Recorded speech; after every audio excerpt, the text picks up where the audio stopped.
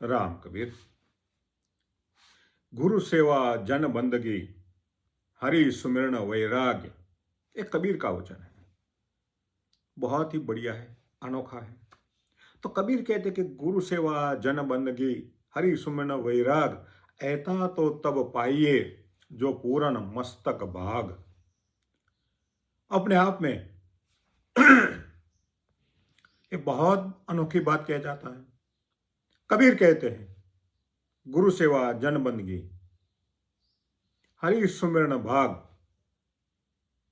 गुरु की सेवा और जन संत जनों की बंदगी, उनकी सेवा शुश्रूषा, उनके संग में रहना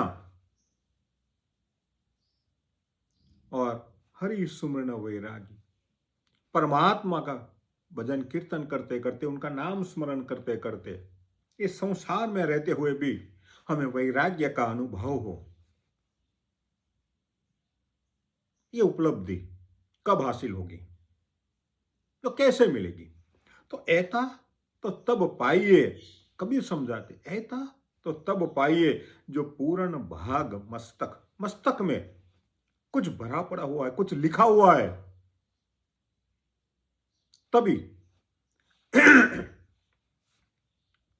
हम ये पा सकते हैं। अब हमारे यहां पर बहुत बड़ी बातें चल रही है और ये विकृत बात चल रही है कि विधाता आकर बच्चे के मस्तक पर लिख देती है, और विधाता जो लिख देती है वही होता है उनके भाग्य में।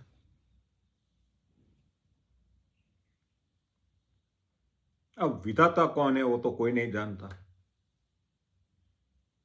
मगर कबीर ने जो सटीक तरीके से समझाया है कि जो पूर्ण मस्तक भाग, तो मस्तक ये दिमाग जो है, अपना माथा है, वहां पर कुछ लिखा हुआ तो जरूर होता है, पर कौन लिखता है, कौन विधाता है, वो कोई नहीं जानता। सब विधाता की बातें करते हैं, सब ऊपर देखते हैं कि ऊपर से आती है, लिख कर चली जाती है, तो ऊपर से कोई नहीं आता है। मगर हमारे मस्तक में, हमारे दिमाग में कुछ लिखा अवश्य जाता है, और क्या लिखा जाता है वो कबीर जानते हैं, हम नहीं जानते, बस दुनिया नहीं जानती है। तो दुनिया ने विधाता का नाम ले लिया कि विधाता ने लिख दिया है। अब विधाता को क्या मालूम कि तुम कौन हो, क्या करने वाले हो? मगर विधाता है, मगर एक कौन है? तो हमारे आसपास का समाज, हमारे आसपास का माहौल, हमारे माता पिता, हमारा धर्म, हमारा कर्म, और जो हम शिक्षा प्राप्त करते हैं, शिक्षण जो लेते हैं, पढ़ते हैं, वो सब कुछ हमारे दिमाग में लिख कर आता है, वो लिखा जाता है, और हम वैसे ही होते हैं। बच्चा पैदा होता है, तभी से उनका नामकरण कर दिया जाता है कि तू हिंदू है, तू मुसलमान है, तू सिख है, ईसाई है, पारसी है, जैन है, बौद्ध है, उनकी जाति भी तय कर दी जाती है। तो किसने लिखा है? विधाता ने नहीं लिखा है, ये मनुष्यों ने लिखा है, हमारे समाज ने ही लिखा है। जो पूर्ण मस्तक भाग, ऐता तो तब पाइए। जो कबीर कहते हैं ऐता तो तब पाइए, कब पाइए? आप जब पैदा होते हो तभी तो आपका नामकरण कर दिया जाता है, और नाम से हम पहचान जाते हैं कि ये हिंदू है या मुसलमान है या सिख है, क्रिश्ती है, कौन है। नाम में ही बड़ा जादू है। तो ये जादू तो जन्म से हमारे समाज ने हमारे पर दो दिया है, तो समाज ने ही ये जादू चला दिया है।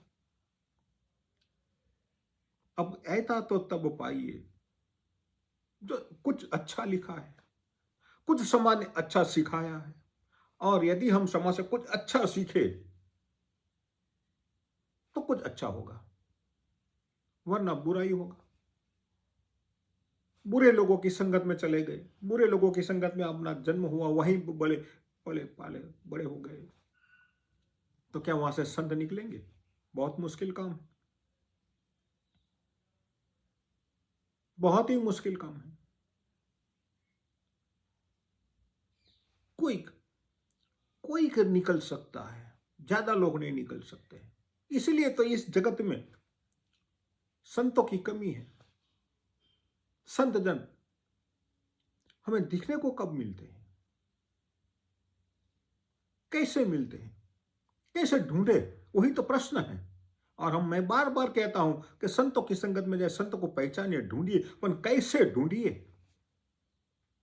हमारे आसपास जो दिखते हैं, पता नहीं है, उनके पास कोई सर्टिफिकेट नहीं है कि आप कौन है।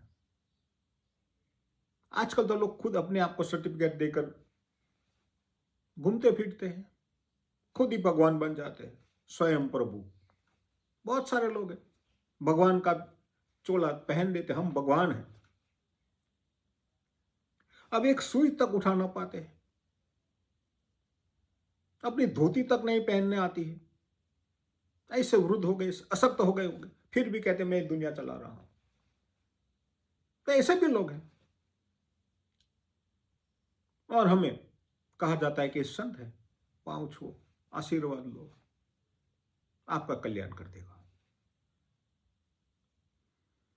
तो कबीर जो समझाते हैं, जो पूर्ण मस्तक बागे, बहुत अनोखा वचन है।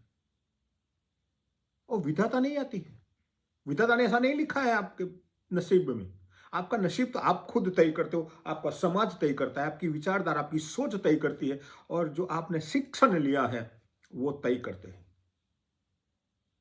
आपने इंजीनियरिंग का अभ्यास किया है, आप इंजीनियर बने हैं, इनका अभ्यास किया है, तो आप डॉक्टर नहीं कर सकते हो, आप किसी को दवाई नहीं दे सकते हो।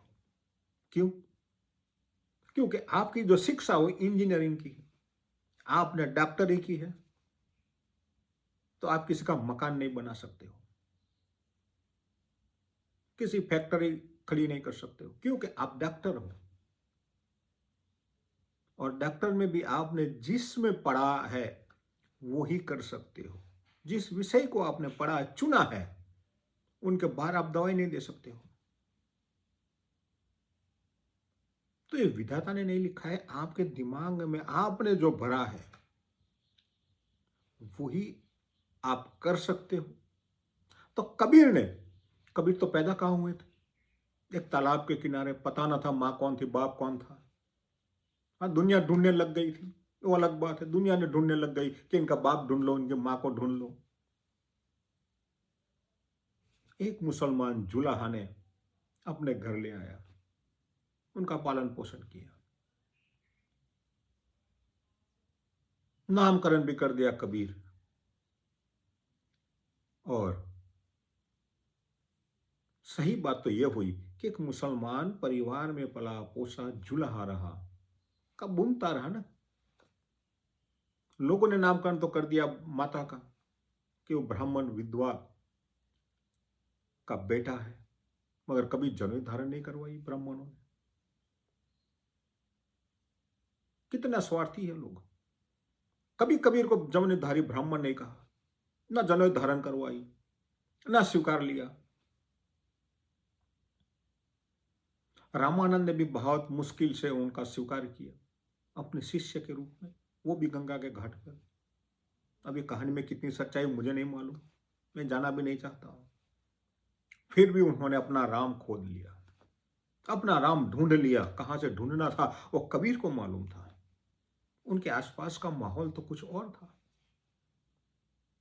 बुनकरों का माहौल था, गरीब मोहल्ला था, झोंपड़ी थी, रहने को मकान भी ना होगा, छत में से पानी भी टिपकता होगा। फिर भी कबीर ने अपना मुकाम तय कर लिया इस माहौल में भी। तो ऐता तब पाइए, ऐता तो तब पाइए, कब पाइए?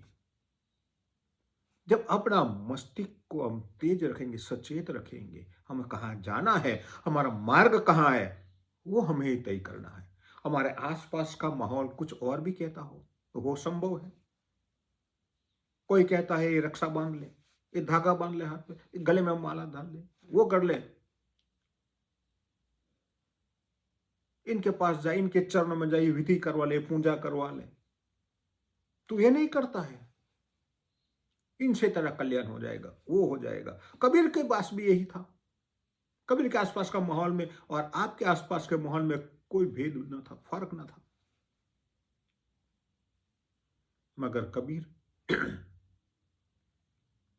हम जैसे संसारियों के आसपास घूमने वाला व्यक्ति न था। इसीलिए उन्होंने चुन लिया कि गुरु सेवा जन बंदगी, हरि सुमरन वैरागी। संसार में रहते हुए भी वो वैरागी हो गए। कुछ उनको छू न पाया, पर्स, सबका पर्स से मुक्त रह गया और मुक्त होकर ही अपने अपना मुकाम तय कर लिया। तो ये मस्तक जो है, अपनी विचारधारा जो है, ये बहुत मायने रखती है कि आप क्या खोजते हो। आपको इंजीनियर बनना है तो आपको इंजीनियरिंग की कॉलेज में ही जाना पड़ेगा। मेडिकल में जाओगे तो आप इंजीनियर ना बन पाओगे। आपको वकील बनना है तो वकील आप जहां पढ़ाते हैं उसी कॉलेज में ही आपका दाखला करवाना पड़ेगा।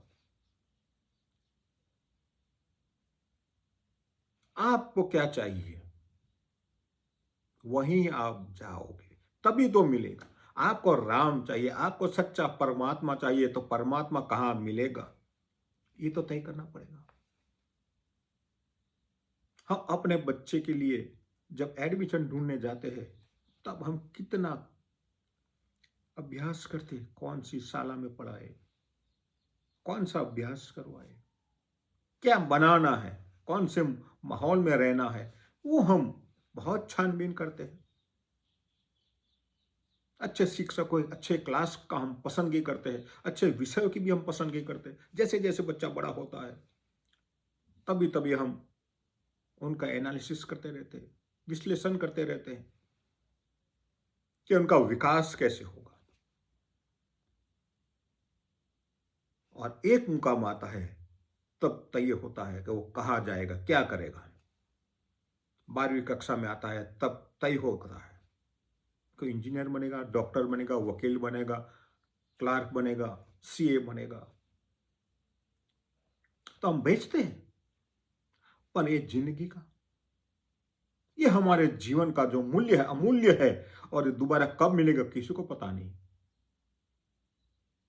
आएंगे या नहीं आएंगे, पुनर्जन्म है या नहीं, इसका भी पता नहीं है आपको। पर इनके बारे में हमने कुछ नहीं सोचा है, कुछ सोचते तक नहीं है। क्यों नहीं सोचते? देखो, जो पूर्ण मस्तक भाग है, ये मस्तक में जो कुछ घुस गया है वो निकलता नहीं है। हमारी सोच बंद कर दी गई है, उनको ताला लगा दिया है, हमारी बुद्धि को ताला लग गया है, हम सोचते ही नहीं। लोग जाते बस वहीं पर चले जाते हैं। तो ये नहीं होगा, इनसे आपका कल्याण नहीं होगा। अपना मस्तक का ताला सदैव खुला रखना चाहिए। हमें अपना मार्ग, जो प्रशस्त मार्ग है, उनके प्रति कहाँ गमन करना है, कैसे जाना है, सदैव सोचते रहना चाहिए। तभी तो हमारा कल्याण होगा। लोग जाते हैं, कोई पर्वत पर चढ़े गए तो हम भी पर्वत पर चले जाते हैं, कोई समुद्र में गए तो हम समुद्र में चले जाते हैं, कोई पाताल में गए तो पाताल में चले जाते हैं, कुएं में उतर तो कुएं में चले जाते हैं। तो ऐसे थोड़े परमात्मा मिलेंगे, ऐसा थोड़ा दर्शन होगा। यदि पोथी भी दी जाएगी, सच्ची पोथी दी जाएगी, तब भी नहीं मिलेगी। क्या करोगे उनका, क्या करेंगे हम?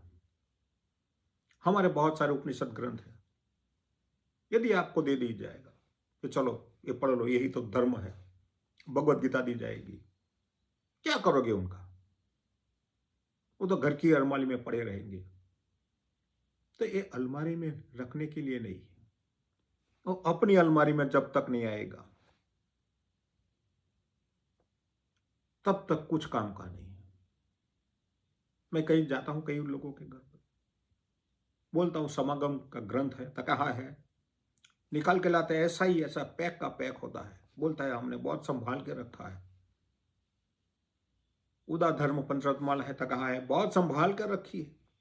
देखो एक पन्ना भी हिला नहीं है, बहुत संभाल के रखी है। हर रोज दिया करते हैं, फूल चढ़ाते हैं, माला चढ़ाते हैं, प्रणाम करते हैं। इसीलिए ग्रंथ नहीं है, कोई काम का नहीं है वो, जब तक वो अलमारी में पड़ा रहता है। कुछ महात्मा भी ऐसे ग्रंथ लेकर निकलते हैं, बस पोथी है, पढ़ लो, देख लो, दर्शन कर लो, दर्शन कर लो। अरे भाई खोल के पढ़ाओ, उसको दिमाग में डालो, तभी तो पता चलेगा।